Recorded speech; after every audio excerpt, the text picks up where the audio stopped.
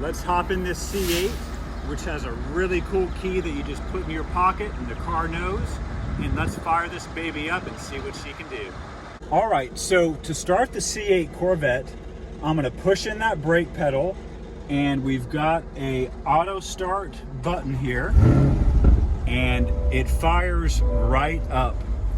And right off the top, we've got a beautiful layout of the dash, digital tack, which I'm sure changes with what mode you're in.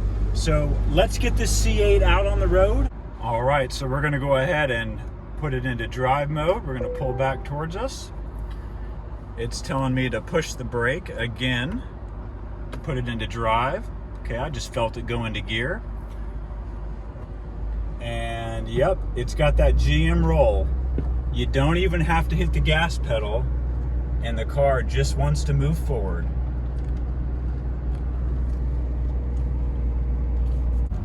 All right, driving the C8.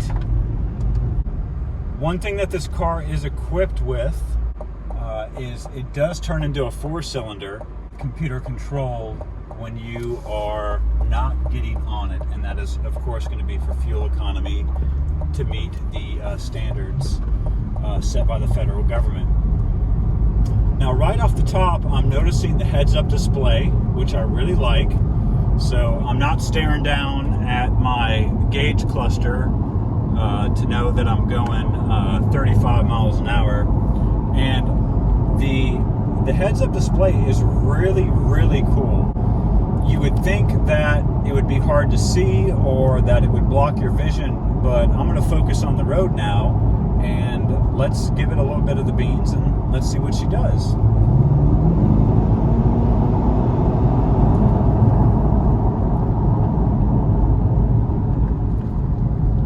All right, so I'm noticing right off the top, the turn-in from this car is impeccable. It is just amazing. I can always tell where those front wheels are at.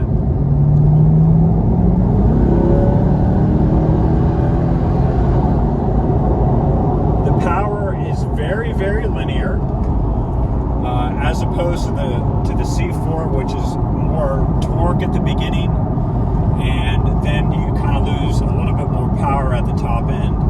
But this power we're getting right from the beginning. And let's take her up on the highway and see how it goes.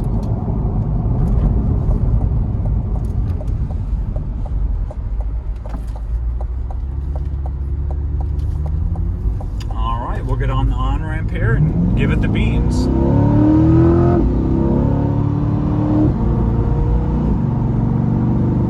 So the car feels very planted. It has magnetic ride suspension. So we've got several different computer systems constantly talking to each other, trying to make the car as level as possible when it comes to changes in road conditions, elevations, things like that. Also, when you accelerate and decelerate, it's always trying to keep that car very planted. I really like the F1 inspired steering wheel. The layout of it is really, really nice. There's not too many buttons to where I'm confused. I'm not really going to push any of them. We're just going to focus on driving here, and we'll give it the beans again.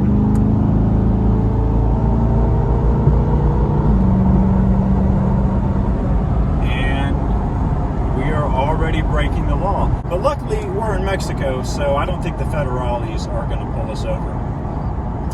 One thing I'm noticing about the driving position of this car compared to the C4 is this C8 hood has disappeared.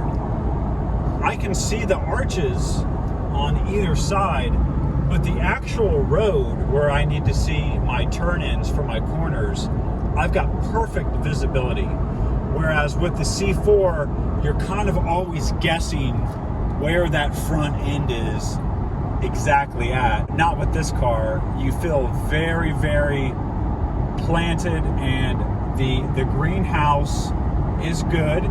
Now, as far as the seating, I'm noticing that this car is designed for people who are maybe a little bit smaller than me. I've got a fat ass from sitting on it from years and years, but this car has, the seats hug you a little bit more, whereas the C4, you could tell, were designed for fatter Americans.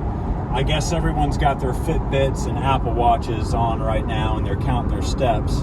So I'm sure this car fits Burke just perfectly. It fits me well. I don't feel cramped. I don't feel claustrophobic.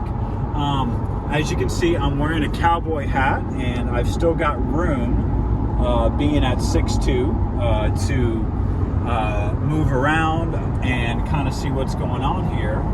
And I'm going to look behind us. There's no one behind us. And let's see where this brake pedal, where it bites at. You see, completely different. Okay, so this C8 brake pedal, which is probably attributed to the Z51 package, this brake pedal bites right at the very top of when you touch it. It reminds me a lot of my 3000 GT, which I have stop tech brakes on the front. The pedal bite is amazing on the brake. Remember, if you like the content of this channel, go ahead and hit subscribe and that notification bell so you can be alerted to the newest uploads on this channel. It's because of viewers like you that I get to make these videos. Thank you very, very much. Now what we're going to do is we're going to slow down to about 50 here, and we're going to do a pull, and let's see how this puppy accelerates and see if we can get that exhaust note coming from right behind us.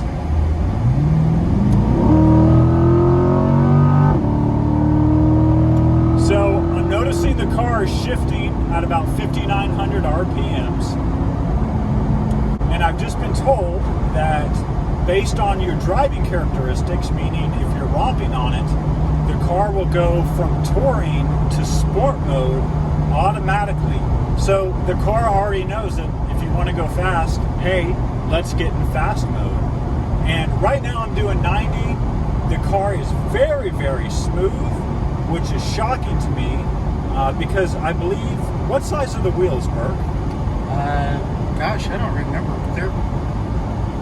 I really don't recall right now. 335s or something? How about those rims? Are they 19s or 20s? 18 up front, 19 in the back. Okay, so we got staggered. Okay, so yes. So obviously with a smaller rim size, you actually are going to get more power out of the car because there's less inertia to move on those big rims. That's why I stick away from 20s. 18s are as big as I go. I actually prefer a 16 when it comes to my Japanese sports cars. But again, the power is super linear.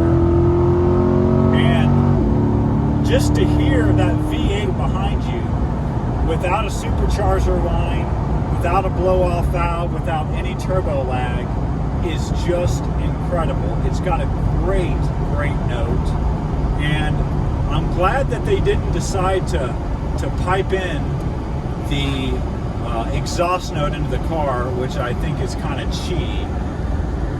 But with the Z51 package, the exhaust, it's just phenomenal. So let's take a couple more curves around here, and then we'll see how the car handles. And I noticed right there, I'm on loose asphalt, but I got no tire slippage. So any type of traction control or any computer nannies that are coming in to help me drive, I don't feel like they're interfering with my driving experience. And that's really important with a modern day sports car that has lots of computers and different types of systems to keep you on the road. All right, so those brakes, woo, they bite early.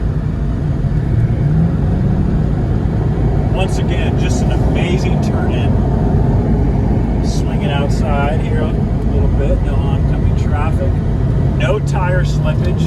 Couldn't get that back in to break loose. Amazing performance. This is definitely a car that you can get a ticket in without even knowing it. And again, I'm really enjoying the ergonomics of the steering wheel, and it's just a phenomenal ride. So I want to thank you for watching this video.